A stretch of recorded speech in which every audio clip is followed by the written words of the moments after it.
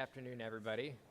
Good afternoon. I hope everybody's enjoying the lunch. My name is Andrew Willeford. I'm an assistant professor at UC San Diego.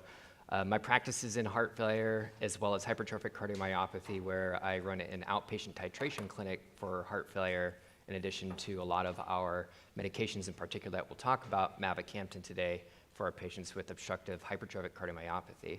So I'm really excited to be up here today with Dr. Desai. Kind of a fanboy of Dr. Desai, so I'm more happy to be here. But we're really excited to be talking about the really adapting managed care strategies in the era of precision medicine for hypertrophic cardiomyopathy. So just as a reminder, please scan the QR code and claim CE credits, all the extra supplies and everything here as well. We have it on the wall as well. Oops. And so our goals today are to recognize the multifaceted burdens of HCM, or hypertrophic cardiomyopathy, and the consequences at the individual and societal levels. In addition, we'll better grasp the management guidelines and treatment data that inform HCM decision-making in a managed care environment. We'll also apply relevant considerations, including pharmacoeconomics, equitable access to care, and patient quality of life in updating HCM management protocols. All right, so let's go on and get on into it. So hypertrophic cardiomyopathy, or HCM for short, you can kind of think of it as left ventricular wall thickness that's not explained by abnormal loading conditions. Diagnostic-wise, we can see that in the LV wall, thickness is typically greater than or equal to 15 millimeters, or greater than or equal to 13 millimeters in individuals with a family history of HCM, or in conjunction with a positive genetic test that's diagnostic for HCM. So with regards to those mutations, what we know is that the primary, most common mutations include those in myosin heavy chain, which is MYH7, in addition to myosin binding protein C, or MYBPC3. Symptoms generally include dyspnea, fatigue, chest pain, even while you're eating, palpitations, and syncope. Also, it's associated with various complications, including risk for arrhythmias, heart failure, and sudden cardiac death as well. So HCM affects all sexes, all races, and all ages, and really just all places throughout the world.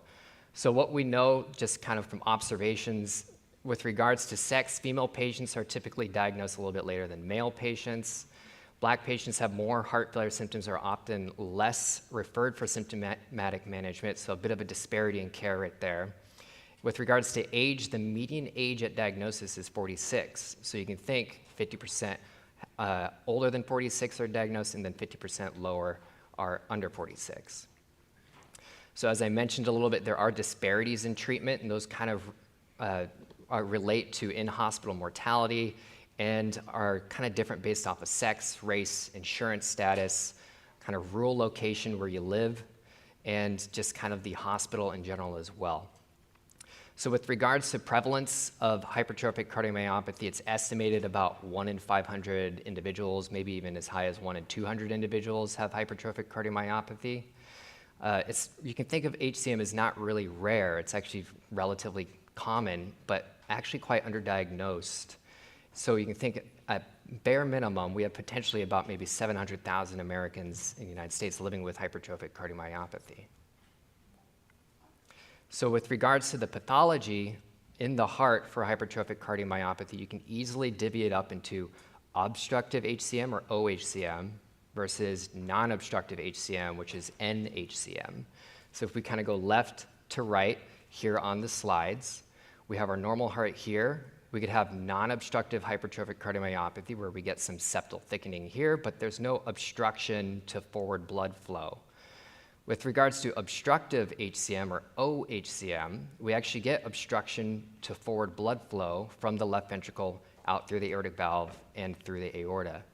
So what we can see is on echocardiography, you can actually measure a pressure gradient through the left ventricular outflow tract, which is this area right here, again, just a little bit below the aortic valve. In obstructive HCM, those individuals will have a gradient greater than or equal to 30 millimeters of mercury. You could also even look at other different kind of pathologies of HCM, which could be mid-cavitary in nature. There could also be a possible obstruction there just in the mid-cavitary region of the left ventricle. We could also even have apical hypertrophy, which is most of the hypertrophy towards the bottom of the apex of the heart in the left ventricle, where we have a decreased chamber size, but really no obstruction that you can measure as a pressure gradient on echocardiography. So as I highlighted briefly a little bit, symptoms of obstructive HCM are quite variable, and they really fluctuate daily from whatever the patient is going through, whether it's different activities, temperature outside, meal size, alcohol, many other factors can actually affect symptoms, whether or not they have them or they don't have them. And what we know is that a decent amount of patients complain of shortness of breath, exercise intolerance, lightheadedness, dizziness, and fainting, arrhythmias, palpitations, and chest pain, just like I mentioned earlier. So with regards to treatment, we'll get into a bit more in depth in a moment, but in general, we have various kind of treatment modalities that we can utilize to treat the different complications of hypertrophic cardiomyopathy, such as ICDs to help with preventing sudden cardiac death. We have GDMT available for heart failure with reduced ejection fraction for individuals who actually go off into that realm of HFrEF, even though they have HCM. And then various antiarrhythmics, anticoagulation, ablation strategies are available for AFib and stroke. The one that we'll be talking mostly about today all relates to here, symptomatic left ventricular outflow tract obstruction. The medications we have are actually quite dated. It's AV nodal blockers like beta blockers, calcium channel blockers, in particular non-dihydropyridine calcium channel blockers like verapamil and diltiazem. We can even also use disopyramide, which is a class 1A antiarrhythmic sodium channel blocker, actually has quite an amount of negative inotropic effect, which is why it's utilized in patients with hypertrophic cardiomyopathy. There's also different kind of septal reduction therapies that are available to us. Those include septal myectomy, which we'll talk about, and alcohol septal ablation. Septal myectomy is actually a surgical procedure where they actually slice out, to put it simply, a portion of that hypertrophied area within the heart to allow for better forward blood flow. So one thing to think about with regards to these kind of dated medications, beta blockers, calcium channel blockers, and disopyramide, is that these conventional medicines are all based off of really kind of non-robust, mostly retrospective or small prospective randomized or prospective trials that are not randomized or controlled. They're not disease modifying either. They're there to just essentially decrease contractility of the heart to try to provide some symptom relief for our patients. So that in itself, with regards to medicines that patients can take, leaves a kind of area of care that needs to be tackled with regards to something that needs to be disease modifying, something that will actually have robust data behind it in a placebo-controlled trial. That is where cardiac myosin inhibitors, which are new to the game of hypertrophic cardiomyopathy, come in, which is down here, cardiac myosin inhibitors, which we'll talk about extensively for the rest of this talk too. So before we get into the next section, let's introduce our hypothetical patient. Her name's Angelica. She is a 59-year-old female with a history of obstructive HCM. Diagnosed 3 years ago, she has functional class 3 symptoms, so symptoms with kind of minimal exertion, those kind of situations. She has an ejection fraction, that LVEF, of 65%. Her left ventricular outflow tract gradient is greater than 80, so remember that cutoff was 30. And she has mitral valve regurgitation that we can see on echocardiography as well. She experiences shortness of breath, chest pain, functional limitations, like she can't tie her shoes, she can't be on her feet for more than 3 hours, pretty limiting with regards to her quality of life and her ability to live. Now, despite her HCM diagnosis, she does not qualify for disability, and so she fears about her health challenges and the consequences they will have on her job. She also, with regards to her annual visits to the HCM center that's closest to her, require her to take 2 days off in order to go there to get follow-up, and it's costing her and her partner a lot of out-of-pocket travel costs.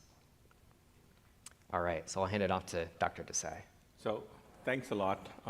Thank you very much for coming, and thank you for the invitation. Great job, Andrew. I'm Milind Desai from the Cleveland Clinic. where are we as it relates to current guidelines and recommendations vis-a-vis managing these patients? So, as was mentioned, Angelica has a lot of issues, and she's currently treated with losartan, 50 milligrams a day, amlodipine, and a long-acting metoprolol. She was treated with disopyramide, but had intolerable side effects. So, how do these pills align with standard of care as it relates to HCM? And are these therapies serving her well? So what do the guidelines say? 2020 American guidelines, ACC/AHA guidelines state that let's focus on the right, the obstructive HCM. Your first-line therapy should be beta blockers, non-dihydropyridine calcium channel blockers like diltiazem or verapamil. Avoid high-dose diuretics, avoid vasodilators.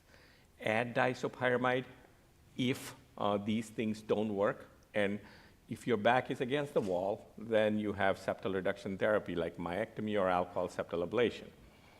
We won't focus much on the other group. If you have non-obstructive, essentially there's no randomized trial data. And in advanced cases, before you get on the transplant wagon, you may consider in some cases a highly specialized procedure where we do a myectomy of the apex. So fundamentally, we have these therapies that we talk about, the beta blockers, diltiazem, verapamil, and avoidance, lifestyle modifications is an important part of the management plan. So if you look at this patient was on losartan and amlodipine, two things that can make the symptoms worse.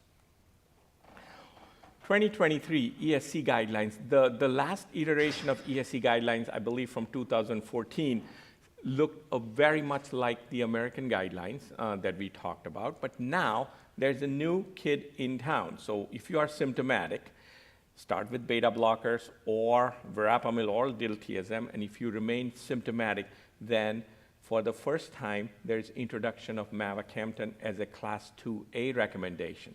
The important thing here is the level of evidence, as was mentioned before, for all the other class of drugs is weaker, based on observational and retrospective data. For the first time in HCM guidelines, now we have a class of drug, mavacamten, which gets level of evidence A, which means more than one randomized controlled trial data.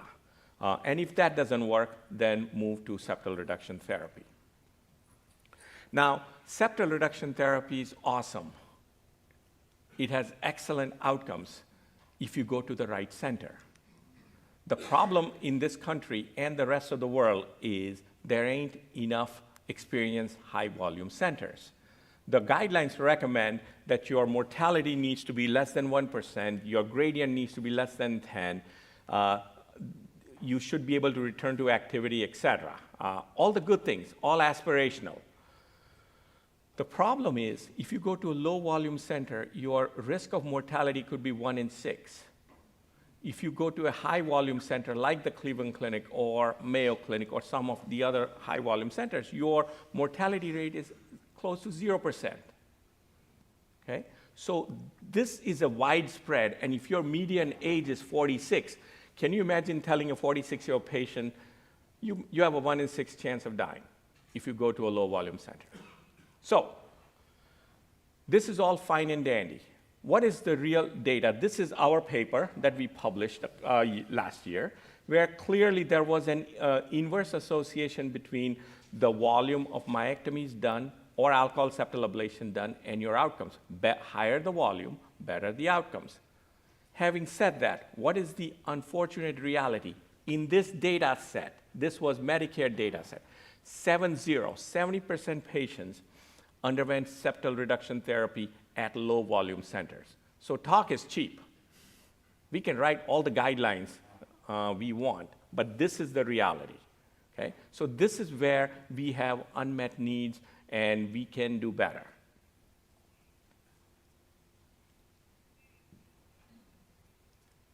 Okay. So polling question. Septal reduction therapies for HCM have better outcomes in high volume centers, remain investigational procedures, demonstrate superiority to medical therapy in head-to-head trials are the standard of care with medical therapy only reserved for poor surgical candidates, or I have no clue.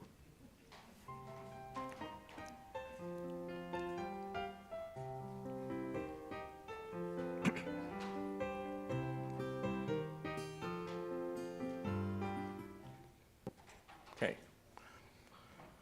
All right, good. 92% got it right, so we won't belabor the point.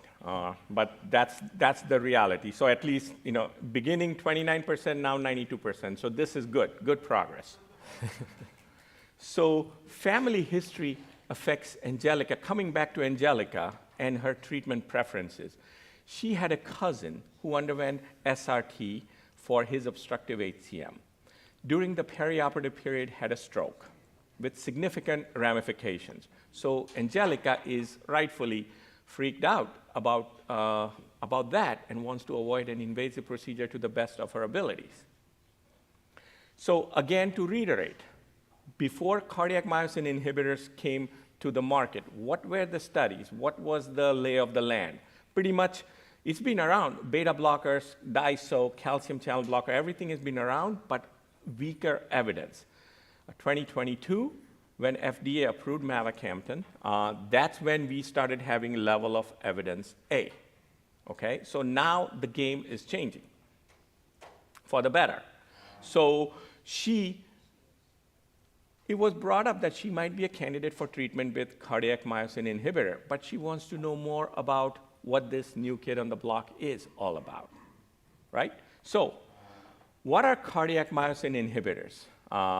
These are small molecule allosteric cardiac myosin inhibitors. Mavacamten is the first in class. It is approved by the FDA for symptomatic NYHA class 2-3 obstructive HCM symptoms to help improve their functional capacity. It has a half-life between 6 and 9 days. Aficamten is second in line. It is currently an investigational product going through the phase 3 testing with a half-life of 2.8 days. How do they work?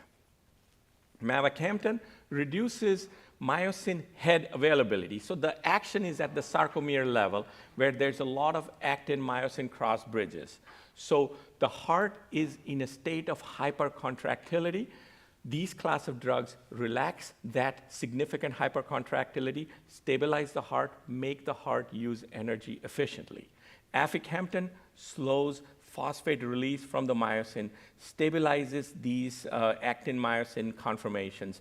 Bottom line is both of them are cardiac myosin inhibitors. They take the edge off of hypercontractility of these overworking sarcomeres and make them work more efficiently in terms of energy utilization. Okay. These are precision drugs developed specifically for the pathophysiology that underlies HCM, supported by randomized controlled trial data. So question, which of these medication classes has the strongest support from randomized controlled trials? Beta blockers, antiarrhythmics, CMI, calcium channel blocker? I still have no clue.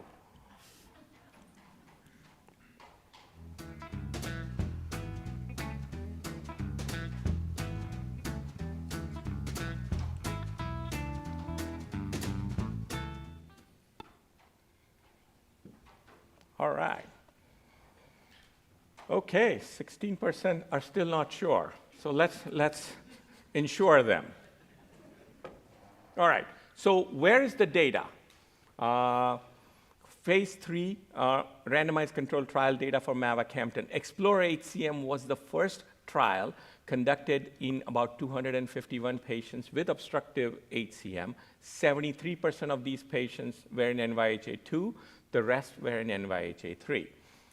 Basically, this tested mavacamten versus placebo, and subsequently, every patient was offered long-term extension to be on mavacamten. Bottom line is, all primary endpoints were in favor of mavacamten in terms of improving NYHA class, functional capacity, etc. Kansas City cardiomyopathy score, biomarkers in addition to the LV outflow tract gradients. And safety, and it was deemed safe and tolerable. This is the data that was recently published in February 2024. Again, long-term extension showing very similar to earlier reported data. So what are the results here? As long as you stay on mavacamten, your functional class is significantly improved.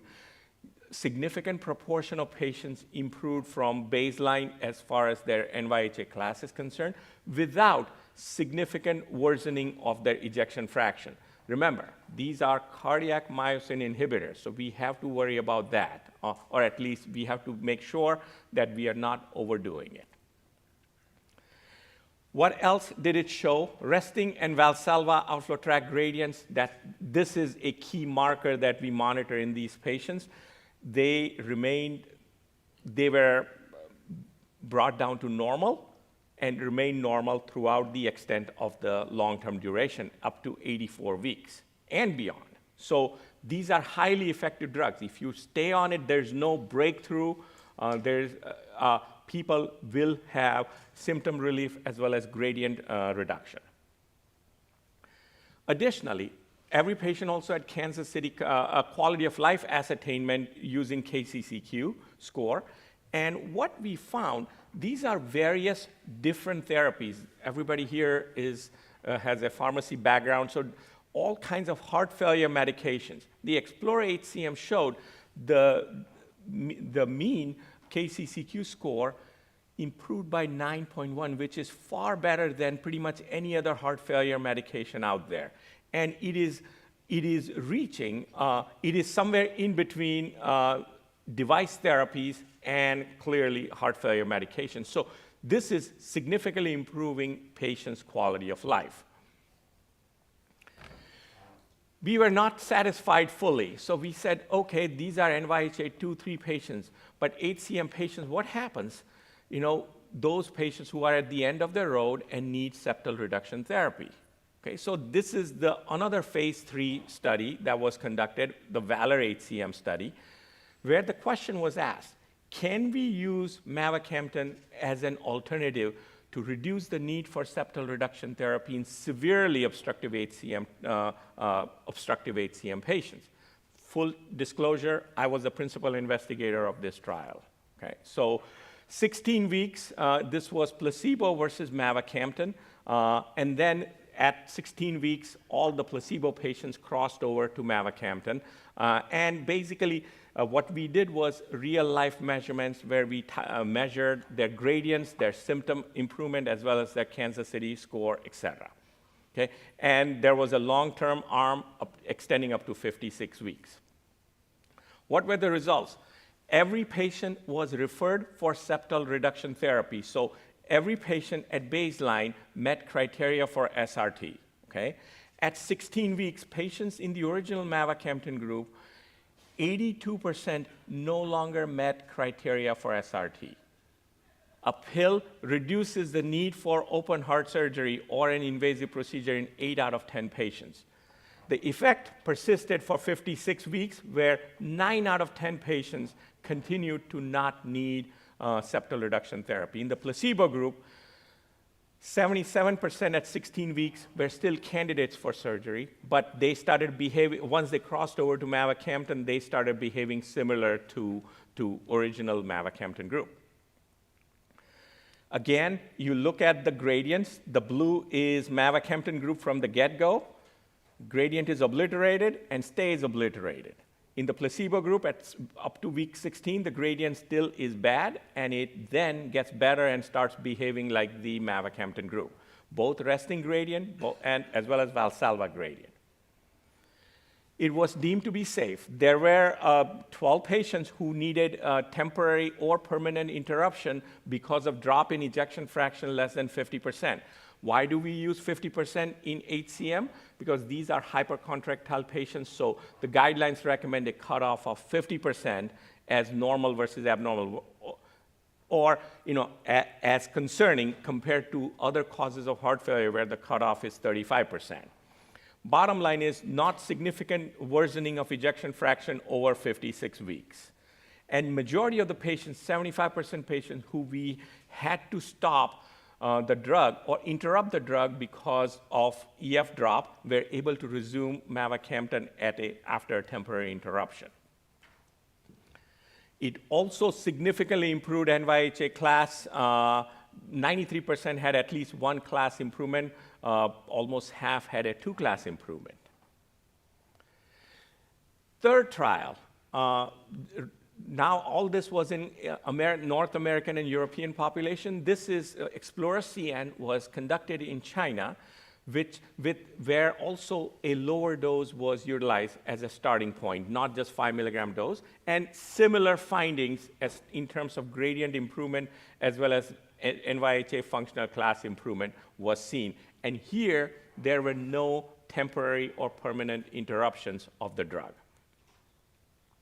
There's the second in-class drug, which is the aficamten, has recently completed SEQUOIA-HCM trial. It is, again, a phase 3 clinical design, similar aficamten plus standard of care versus placebo standard of care, and up to week 28. And basically, for full disclosure, these results have not yet been published in peer-reviewed literature, but if you Google, the company has chosen to release top-line results, which have shown, similar to the Explorer trial, a significant improvement in peak VO2, secondary outcomes, similar improvement in KCCQ, NYHA class, as well as in a small subgroup. Remember, this was not designed to answer the question about SRT. In a small subgroup, they also showed a change in guideline eligibility for SRT. So similar data. In this case, the proportion of people on beta blockers was much lower than the Explorer trial. So where do CMIs fit in the management of HCM? We still got to do the right thing, treat the comorbidities, treat the symptoms, avoid things that make outflow tract obstruction worse. Then you proceed to beta blocker. And if it doesn't work, then based on Explorer data, you can move to mavacamten. Or you can say, I'm going to send them to surgery. But there may be patients who say, I don't want to go to surgery. I don't have access to a good high-volume surgical center. Then based on the VALOR data, we can consider using mavacamten as an alternative to surgery. If it doesn't work, then you can still consider sending them to an appropriate SRT center. So the guideline paradigm, the paradigm of how we are going to approach this is rapidly evolving. So what's next? So, 60 years of this diagnosis, no randomized controlled trials. Now, every week there's a new randomized controlled trial or a new company popping up. So there are these MAVA Explorer, MAVA LTE, VALOR we talked about. Odyssey is a phase 3 trial testing mavacamten versus placebo in non-obstructive HCM. The randomization is complete. I know that because I'm also the global study PI and chair of that. So that's another full disclosure. Sequoia, we should hear about the results soon. Maple is testing AFI versus metoprolol. It is ongoing, and Acacia was just initiated, which is testing aficamten versus placebo in non-obstructive HCM. So I will hand over to Andrew to carry on. This is pharmacy stuff that are, too complicated for a simple cardiologist like me. So as Dr. Desai nicely illuminated, that there is a risk or there is some reduction in that ejection fraction as shown in the Explorer trials, the VALOR trial. So there is some residual risk for left ventricular systolic dysfunction that we can define as having an EF less than 50%. So with that in mind, in the United States, we have a risk evaluation mitigation strategies program to help monitor and prevent that from happening. So what's required in that program is to get scheduled echocardiograms to monitor for left ventricular ejection fraction. Kind of the basic rules are, don't initiate mavacamten if your baseline echo is less than 55%, and interrupt therapy if your ejection fraction dips below 50% while on mavacamten.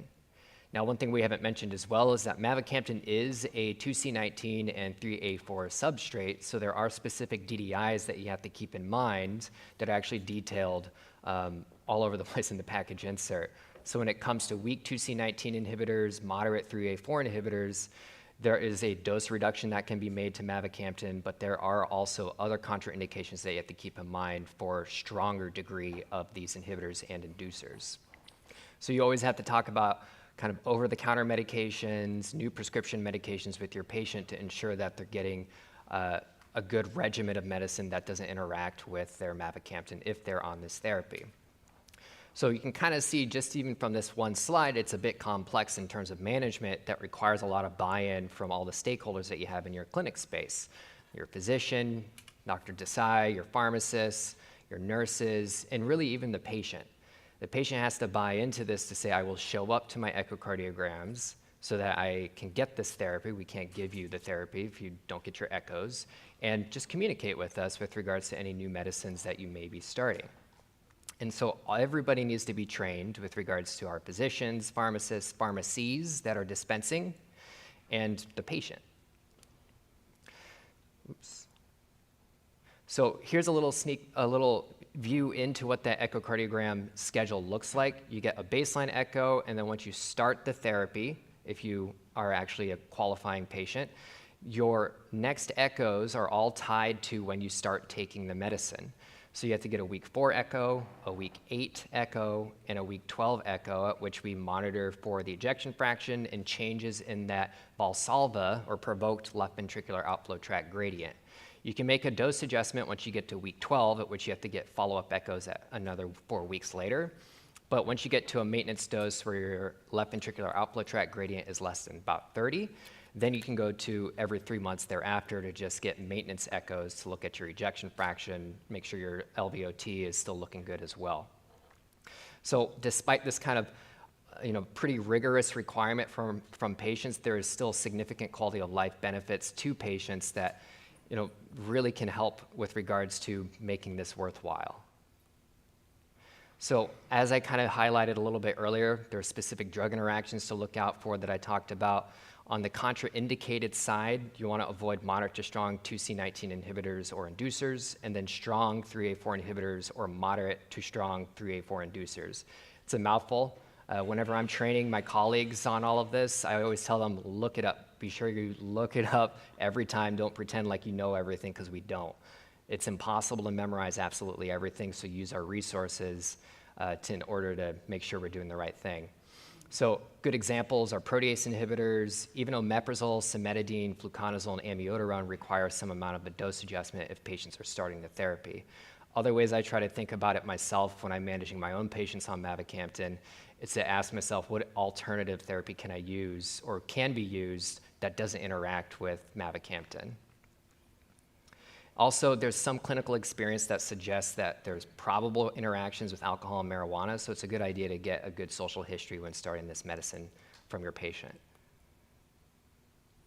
All right, polling question. What tests are used to assess response to mavacamten?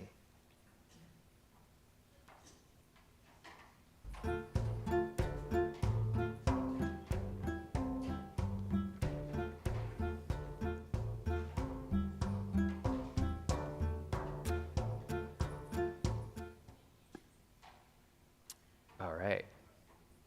Got 73% TTE, transthoracic echocardiography, pretty good. So, Angelica wants to try a CMI. After discussion with members of our healthcare team, including both of us, Angelica is now indeed deemed to be a candidate for mavacamten. REMS enrollment issues, prior authorization is sought. What next? So,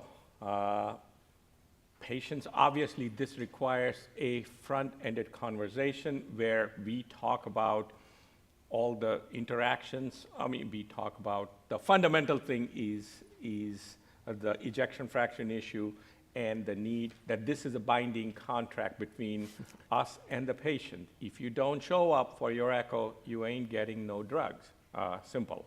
So that we have to be on the same page. Bottom line is they have to inform us if there are any new changes. If a PCP wants to start something funky, they need to let us know. before they start any over-the-counter medications, they need to let us know. And all of us have to adhere to the REMS requirement.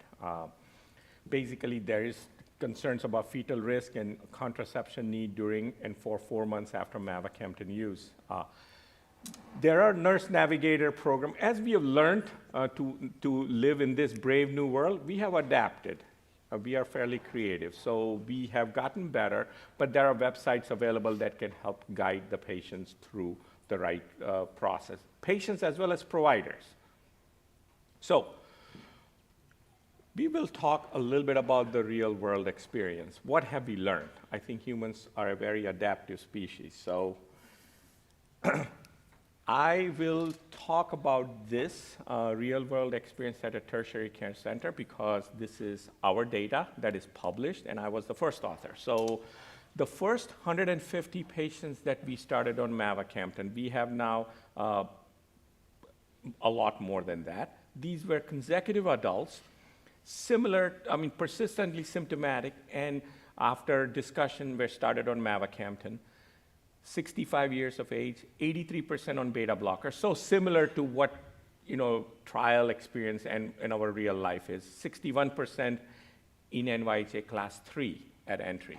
So per the REMS protocol, everybody was started on 5 milligrams with dose titration similar to VALOR study based on symptoms, LVOT gradient, and EF assessment. Basically, what we saw, the difference compared to the trials, I wanted to highlight this picture, this table here. In the VALOR study, for instance, about 3% patients were on 2.5 milligrams of dose. Here, much higher. There were much higher proportion of patients, I believe about 19% or so, in the VALOR trial who were on the maximum dose of 15 milligrams. Here, we were a little bit more conservative. In real practice, we tend to be a little bit more conservative. What did we see? 61% at baseline were in NYHA class 3, 4 weeks, 28%, and at 12 weeks, 8%. 46% reported at least one NYHA improvement, 18% at least additional 2 NYHA improvement, and 27% reported no change in symptoms. But the folks who did not report a change in symptoms still had a significant improvement in their LVOT gradient, suggesting what? That their symptoms are probably coming from something else. So EF, not significant difference. Changes in the gradients, similar to the trials, major improvement. Safety, only 2% patients required temporary interruption because of EF less than 50%. Only 2%. I think probably because we are a little bit more conservative in our titration schemes. Low rate of interruptions suggests that maybe we are overdoing it with the frequency of echoes. So far, none of these patients have undergone septal reduction therapy or developed EF less than 30% or developed heart failure requiring admissions. And 22% and increasing, we were able to reduce or get rid of the background medical therapies. Many of them were giving them side effects. Okay?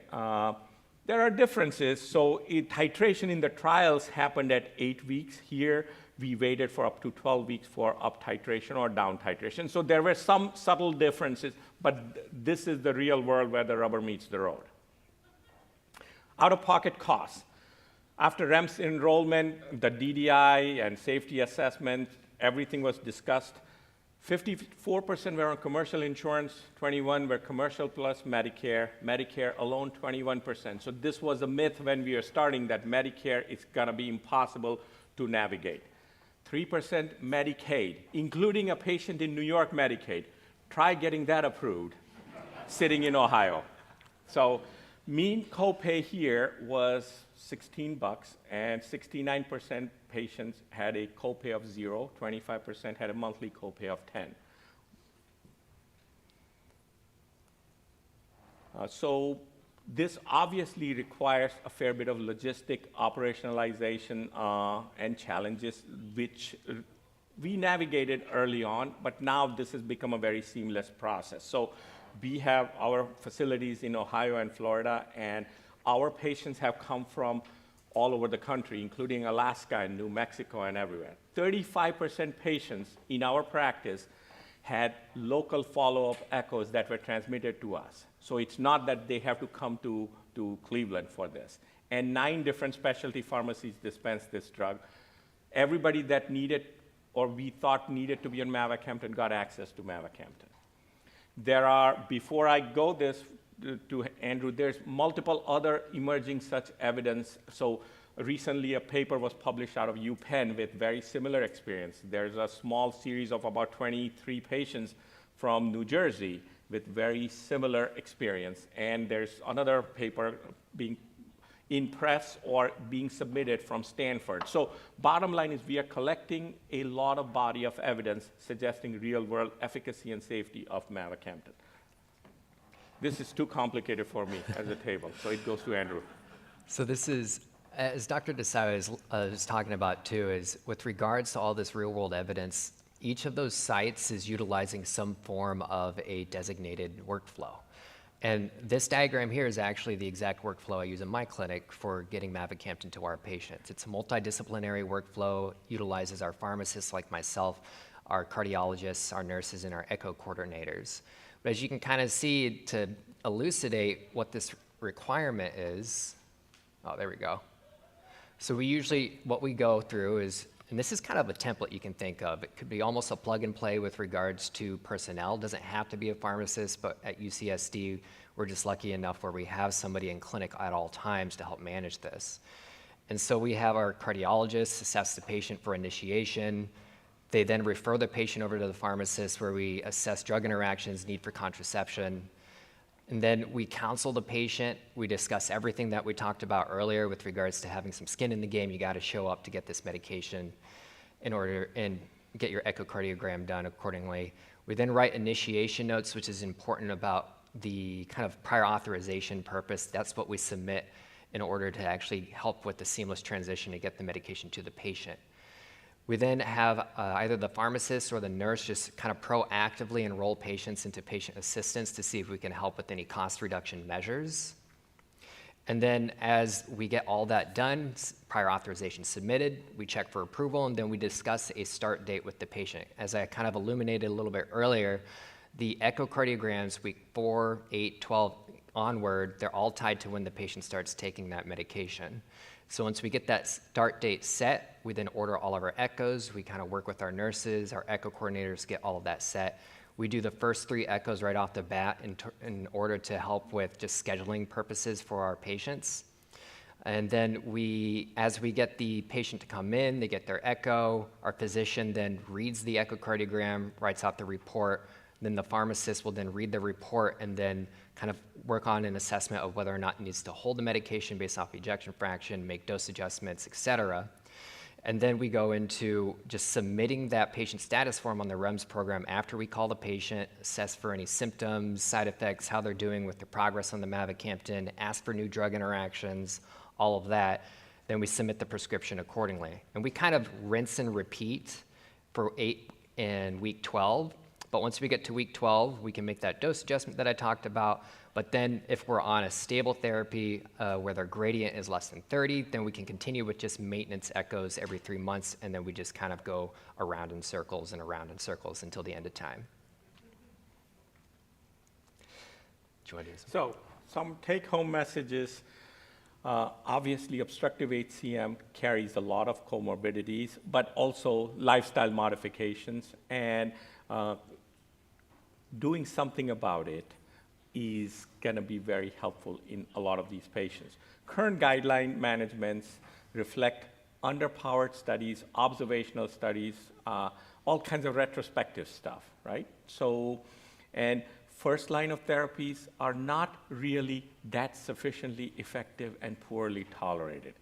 SRT in the right hands is highly effective and safe, but there ain't too many right hands available.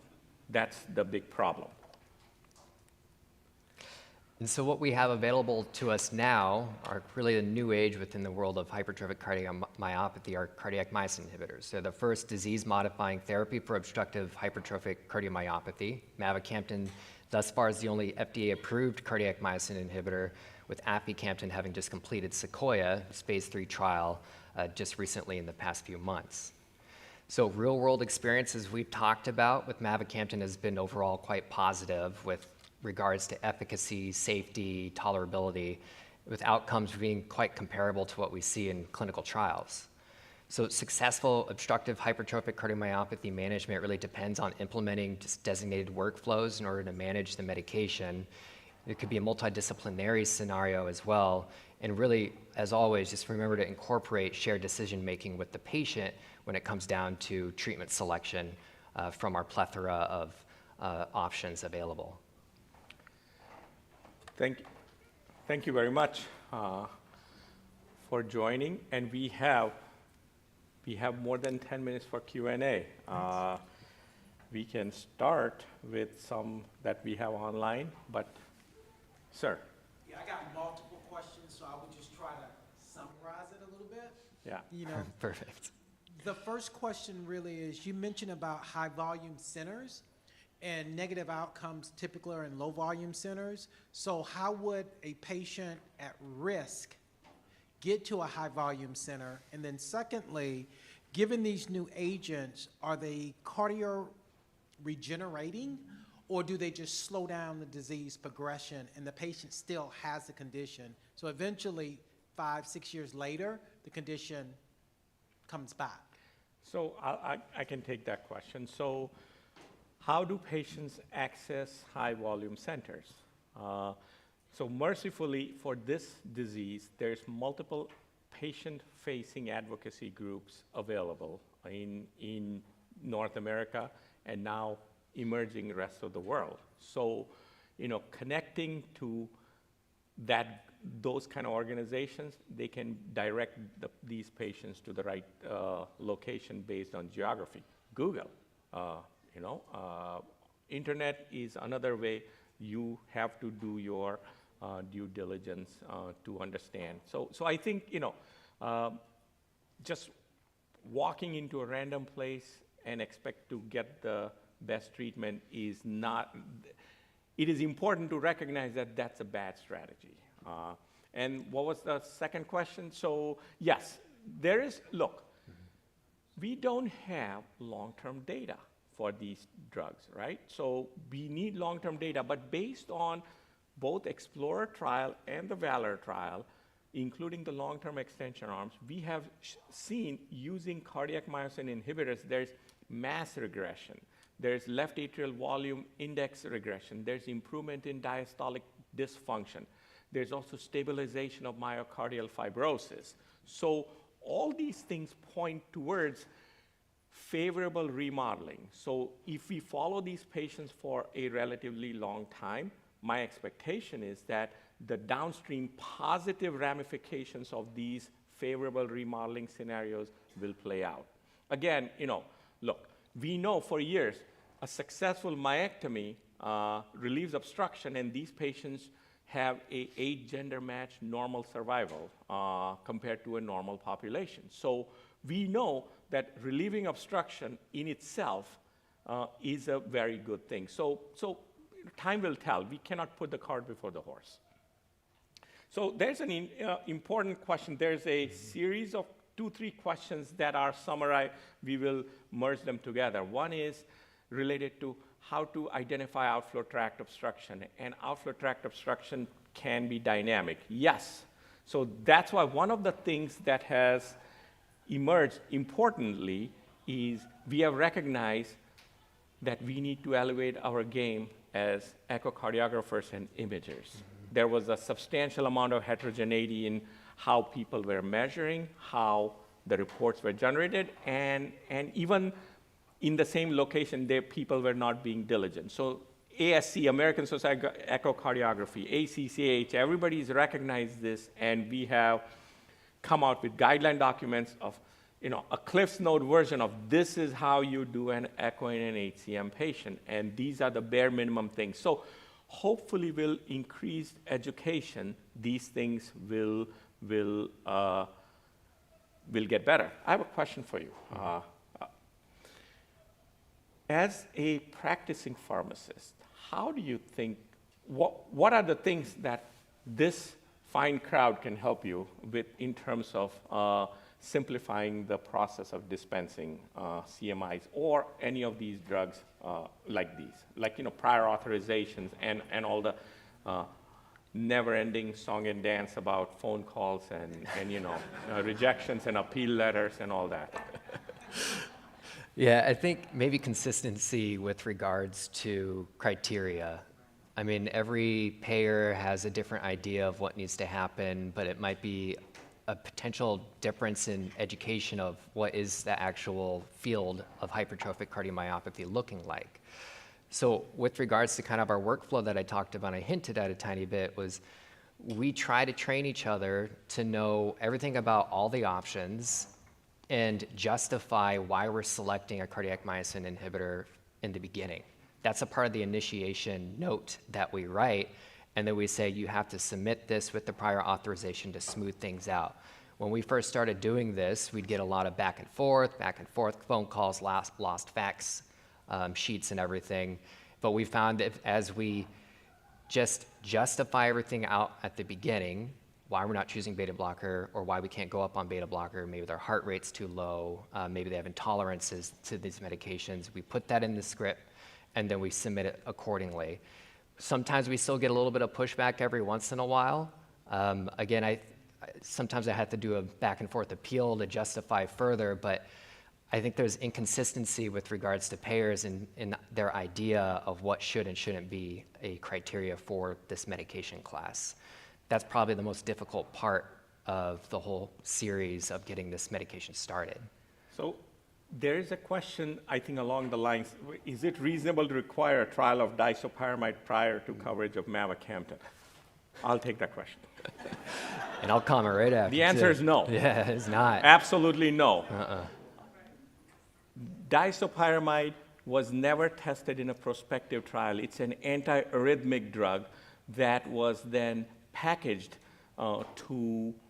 because of its negative inotropy effects. Okay? It has a lot of anticholinergic-like side effects. Okay? I've used this term before, I'm going to do it again. It's kind of like a mother-in-law. It takes a while to get used to. Even then, you may or may not get used to. Okay? So today, in light of the overwhelming randomized controlled trial data, at least in our practice, it's the first-line beta blocker, calcium blockers. If that doesn't work, up-titrate doesn't work, the mavacamten. At least in our site and other large programs, our practice was about 5% disopyramide, if that.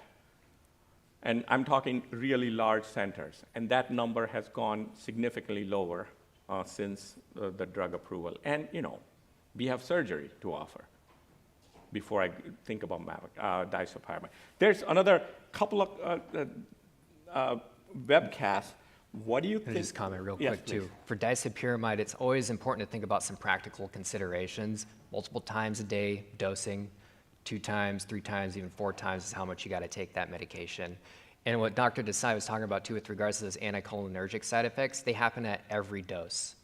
You don't have to be at a higher dose. You can be at baseline dose, even just like 150 twice a day. Or even I had a patient take an instant release 100 twice a day, which is kind of funky, but still has anticholinergic side effects even from the lowest possible dose, which can be quite limiting and obnoxious. There's one person has sent these questions, and I'll address it. One is, how effective CMIs are going to be in non-obstructive HCM? Time will tell. Odyssey and Acacia are answering that question, and we should have at least some early data by this time or a little later next year. Odyssey is officially in follow-up. How about HFpEF? Again, same way, there's talk about migrating these drugs and testing in a broader HFpEF population. We don't know the answer to that. Could you comment on Imbria's drug, Tenaya's gene therapy, and Edgewise 7500? So full disclosure, the only patients in the world that have gene therapy from Tenaya are my patients, so I will not talk about that. The data is still pending. Edgewise is, again, I'm on there. Yeah, this is, the trials are still starting, so way too early.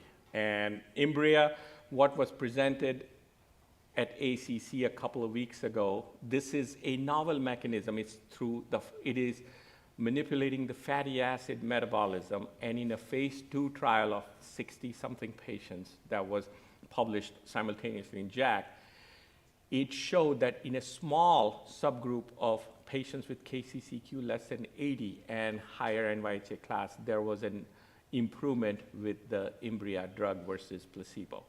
In the overall population, of course, the numbers were small, the p-values were non-significant. So this is still in early phase 2 development, so time will tell. But the fundamental, most important thing is what? 5-6 years ago, all we had was all this retrospective data. Now we cannot spend another day without seeing a new trial being announced or a new company popping up testing something in HCM. So I think the future is truly bright. Do we want to talk about the ICER report? Yeah. Yeah, let's do that. So there is something about ICER. I'm going to ask you that question. So the ICER report on mavacamten used NYHA classification to measure patient functional status. Would it have been better to use a PRO like KCCQ? And so what are your thoughts? Simple question, simple answer, yes. So ICER 2021, right around just before mavacamten got FDA approved, looking into cost-effective analysis, everything like that with regards to this medicine. So their efficacy point was really achievement of NYHA class 1 symptoms, so asymptomatic. So the reason why they chose that is when they compared conventional therapy, beta blockers, calcium channel blockers, disopyramide, and even septal reduction therapies, the only common endpoint that was across all of these studies, again, remember this is mavacamten had randomized controlled placebo trial, while disopyramide is based off of, they looked at specifically a registry analysis, and then so not the most robust data from there, but the only endpoint that was common among all of these studies was NYHA class. But the problem with NYHA class, while it can be very easy to do, you just kind of look at your patient and ask them specific questions to quantify or qualify exactly where they are with their symptoms. There's probably about a 50% intervariability rate between observers. You'll have one cardiologist say, I'll ask all these questions and say, you're NYHA class 2. 50% chance next person comes in and says, you're NYHA class 1. So right there, that variability kind of makes you question that outcome of utilizing that in the ICER report. I always still try to give a little benefit of the doubt because that was all that was available among all of these studies. Those studies didn't look at KCCQ, which is much more robust in terms of an outcome, in terms of looking at quality of life. You could also look at like cardiopulmonary exercise testing, which we have in cardiac myosin inhibitors. Great test, tells you exactly how much peak oxygen consumption they're going through, and it correlates well with outcomes. But mavacamten is really the only one that has the most robust data with regards to measuring that kind of outcome. So, and I'm going to add that the ICER report was generated way ahead of its time. Basically, we had no data, no nothing. A lot of it was coulda, woulda, shoulda. So I think, now that we have real world evidence, I think this is perhaps a time for ICER 2.0. So anyway, a couple of comments, another question. The guidelines might, or that I assume people are talking about the REMS recommendation, conservative with respect to monitoring via echoes, meaning we are doing too many echoes. And what would it take to change so that we can reduce the burden, not just healthcare costs, but the inconvenience to the patients? Again, this is not a problem that we are going to solve in this room, but the FDA is looking at this data, or should be looking at this data. There was an abstract presented out of the REMS database at the last ACC, The manuscript is currently being reviewed, so it should be in peer-reviewed domain hopefully soon. And it's data like that from the REMS program, plus these real-world experiences that are going to guide what the recommendations are. And, time will tell. Time will tell. One other question, do you stop the beta blocker when you start mavacamten due to better benefits? So technically, at this point of time, in follow-up, if the patients are starting to do better, then we try to taper down some of their background therapies because of potential side effects. But there's the ongoing MAPLE study, which is comparing head-to-head aficamten versus beta blocker. We'll see what the results show, and perhaps that can take the conversation upstream. And could you contemplate using CMIs as first-line agents in certain selected scenarios? We don't know that yet, so that's why we wait for the trial. I think we are done. Thank you. Thank you.